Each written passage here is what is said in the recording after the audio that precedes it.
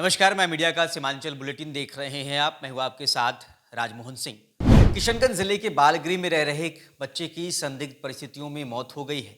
घटना के बाद बाल सुधार गृह में हड़कंप मच गया। वहीं बाल गृह के कोई भी अधिकारी कैमरे के सामने कुछ भी बोलने से परहेज कर रहे हैं। बाल गृह के अधिकारियों का कहना है कि बच्चे की नेचुरल डेथ हुई है। मंगलवार को बच्चे की अचानक तबीयत खराब हो गई थी, जिसके बाद उसे इलाज के लिए अस्पताल ले जाया गया। लेकिन सदर अस्पताल के चिकित्सक ने बताया कि बच्चे की अस्पताल लाने से पहले ही मौत हो चुकी थी। अस्पताल प्रशासन ने इसकी सूचना सदर थाने को दी, जिसके बाद मौके पर पहुंची पुलिस ने शव को कब्जे में लेकर पोस्टमार्टम के लिए सदर अस्पताल भेजा। बाल सुधार गृह से मिल रही जानकारी के अनुसार मृतक बच्चा 2017 से किशनगंज बाल गृह में रह रहा था। बच्चे का नाम इरशाद आलम बताया जा रहा है। कि इरशाद भटकते हुए बाल गृह पहुंचा था, जिसके बाद बाल गृह के अधिकारी बच्चे के परिजनों का पता नहीं लगा पाए थे। इसी वजह से वो करीब 4 साल से किशनगंज बाल गृह में ही रह रहा था। सीमांचल समेत नेपाल के पहाड़ी इलाकों में लगातार हो रही बारिश से अररिया से होकर गुजरने वाली बकरा नूना समेत कई नदियां उफान पे हैं। नूना नदी ने एक बार फिर से सिकटी के कई इलाकों में तबाही मचा रखी है। नूना नदी का पानी चिक्की प्रखंड के कचना, सालगोड़ी, परड़िया जैसे कई गांवों में फैल गया है। इस वजह से आवागमन बाधित हो गया है। नदी का पानी लोगों के घरों में प्रवेश कर चुका है। नज़ारा कंचना गांव का है, जहां पर नदी का पानी लोगों के घरों के भीतर प्रवेश कर चुका है। इस वजह से लोगों का जनजीवन अस्त व्यस्त हो चुका है। इसी तरह का नज़ारा पूरे इलाके में देखने को मिल रहा है। पूर्णिया में भी दशहरा के बाद से ही लगातार बारिश ने हाल बेहाल कर रखा है। लोग काम के लिए निकलते हैं, लेकिन बारिश में फंस कर रह जाते हैं। लगातार हो रही बारिश ने कामगारों पर बुरा असर डाला है। 20 साल के मंजर रोज की तरह काम करने भी कर आए, लेकिन 2 घंटे तक बारिश में फंसे रहे। सुबह 7 बजे से हो रही बारिश ने सब कुछ बिगाड़ के रख दिया है। दैनिक मजदूरी पर काम करने वाले हों या फिर मासिक वेतनधारी, सबके सामने ये संकट आ गया है। उत्तर बंगाल के साथ साथ उत्तर दिनाजपुर जिले में भी भारी बारिश से जनजीवन अस्त व्यस्त है। लगातार बारिश में जिले के रायगंज शहर के कई वार्डों में पानी जम गया है। शहर के देवीनगर, बीरनगर, सुदर्शनपुर, कंटनगर समेत कई इलाके जलमग्न हैं। सड़कें पानी में डूबी हैं। लोग सुरक्षित स्थानों में शरण ले रहे हैं। कटिहार के बारसोई में भी लगातार हो रही बारिश की वजह से नदियां उफान पे हैं। तकरीबन 4 दिन पहले से ग्रामीण आवागमन करने के लिए चचरी पुल का इस्तेमाल कर रहे थे, लेकिन पिछले 2 दिनों से लगातार हो रही बारिश की वजह से नागर नदी में जलस्तर बढ़ोतरी हो गई, जिसकी वजह से तेज बहाव में चचरी पुल बह गया। बंगाल बिहार को जोड़ने वाली ये मुख्य नदी है। आसपास के लोगों को आवागमन करने का एकमात्र जरिया नाव ही बचा है। लोगों को इस नदी को पार करने के लिए काफ़ी मशक्कत करनी पड़ रही है। नाव के लिए राहगीरों को घंटों तक इंतजार करना पड़ता है। ये नज़ारा अररिया जिले के नरपतगंज प्रखंड क्षेत्र अंतर्गत बसमतिया का है, जहां पर बुधवार को मतदान हुआ है। स्कूल के चारों तरफ सैलाब का पानी भरा रहने के बावजूद लोग भारी संख्या में मतदान करने पहुंचे और अपने मताधिकार का प्रयोग किया। ये नरपतगंज का बूथ संख्या 16 बीएमसी मकतब बसमतिया बताया जा रहा है। मतदान कराने पहुंचे कर्मियों ने बताया कि वो लोग काफी दिक्कत से मतदान केंद्र तक पहुंचे और मतदान करवाया है। देर शाम तक यहां पर 71% से ज्यादा मतदान हुआ। किशनगंज जिले के किशनगंज प्रखंड में चौथे चरण के पंचायत चुनाव में लोगों ने वोट के साथ वैक्सीन भी लिया। बुधवार को प्रखंड में 10 मुखिया, 10 पंचायत समिति, 2 जिला परिषद सदस्य, 145 पंचायत सदस्य, 118 पंच के पदों के लिए अपने मताधिकार का लोगों ने प्रयोग किया। वहीं स्वास्थ्य विभाग के द्वारा वैश्विक महामारी कोरोना संक्रमण से सुरक्षा प्रदान करने के लिए कोविड टीकाकरण कार्य भी किया गया। पंचायत चुनाव के लिए मतदान केंद्रों पर अब लोगों को कोविड का टीका लगाया जा रहा है। बुधवार को जिले के किशनगंज प्रखंड में मतदान के दौरान 120 केंद्रों पर टीकाकरण सत्र का आयोजन किया गया। वोट दो वैक्सीन लो की तर्ज पर प्रत्येक मतदाता जो अब तक टीकाकरण से वंचित थे, उनका टीकाकरण किया गया, जिससे मतदाताओं में भी उत्साह देखने को मिला। लोगों का एक साथ 2 काम हुआ। वहीं किशनगंज में भारी बारिश के बीच पहले चरण का मतदान छिटपुट घटनाओं के बीच शांतिपूर्वक संपन्न हो गया। जिले में हो रही लगातार बारिश की परवाह किए बगैर पंचायत की सरकार चुनने के लिए मतदाताओं ने वोटों की जमकर बारिश की। मतदान शुरू होते ही मतदान केंद्रों पर गांव के मुखिया चुनने के लिए मतदाता लाइनों में लगे नजर आए।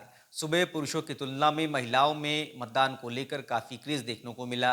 कोरोना महामारी के बीच मतदान सुबह 7 बजे शुरू हुआ और शाम 5 बजे समाप्त हो गया। जिला प्रशासन के अनुसार कुल 88,509 मतदाताओं में से लगभग 62.5% मतदान संपन्न हुआ, जिसमें 59.3% पुरुष और 65.7% महिला मतदाताओं ने अपने अपने मताधिकार का उपयोग किया।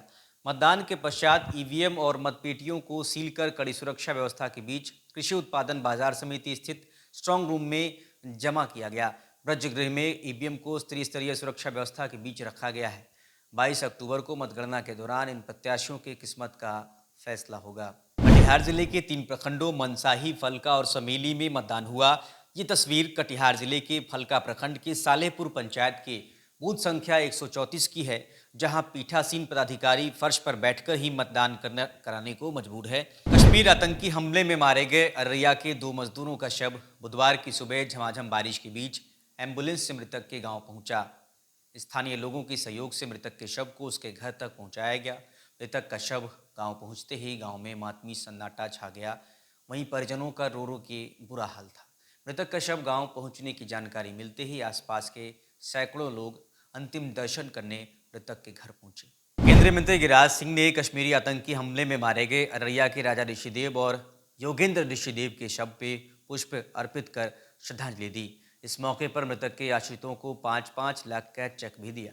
इस मौके पर अररिया सांसद प्रदीप कुमार सिंह, रानीगंज विधायक अश्मित ऋषिदेव, फारबिसगंज विधायक विद्यासागर केसरी समेत भाजपा के कई कार्यकर्ता मौजूद रहे। रविवार को कश्मीर में आतंकियों ने 3 मजदूरों को गोली मार दी थी। तीनों मजदूर अररिया जिले के रहने वाले थे, जो कश्मीर में रह के मजदूरी का काम करते थे। इस घटना में अररिया के 2 मजदूरों की मौत हो गई है, जबकि तीसरा मजदूर गंभीर रूप से घायल है, जिसका इलाज जम्मू कश्मीर के अस्पताल में चल रहा है। वहीं अररिया के जोकीहाट से एआईएमआईएम विधायक शाहनवाज आलम और बहादुरगंज से एआईएमआईएम विधायक अंजार नईमी भी योगेंद्र ऋषिदेव के घर पहुंचे और परिजनों से मामले की जानकारी ली।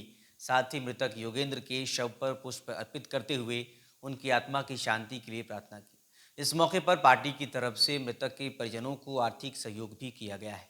मौके पर एआईएमआईएम अररिया जिला अध्यक्ष राशिद अनवर समेत पार्टी के कार्यकर्ता मौजूद रहे। कहीं ना कहीं ये केंद्र सरकार की विफलता का नतीजा है। 2 वर्ष पूर्व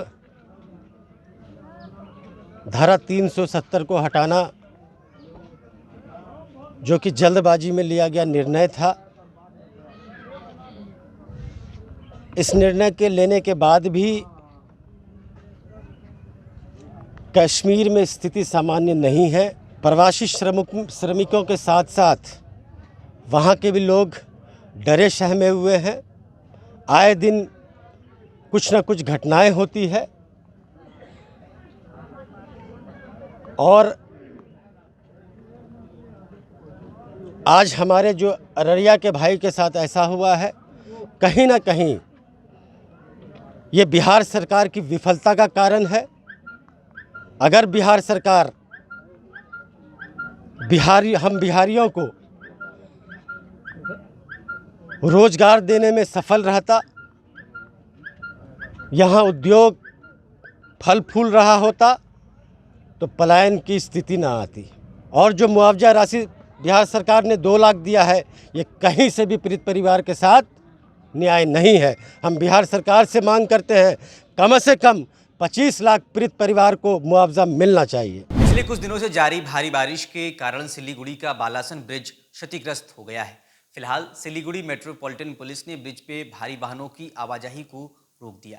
इस बीच माटीगाड़ा नक्सलबाड़ी के विधायक आनंदमय बर्मन ने क्षतिग्रस्त पुल का जायजा लिया। जायजे के बाद उन्होंने राज्य की तृणमूल सरकार और पूर्व पर्यटन मंत्री गौतम देव को पूरे हालात के लिए जिम्मेदार ठहराया। उन्होंने कहा कि राज्य सरकार की संकीर्ण राजनीति के चलते 4 लेन सड़क नहीं होने से आज शहरवासियों को परेशानी हो रही है।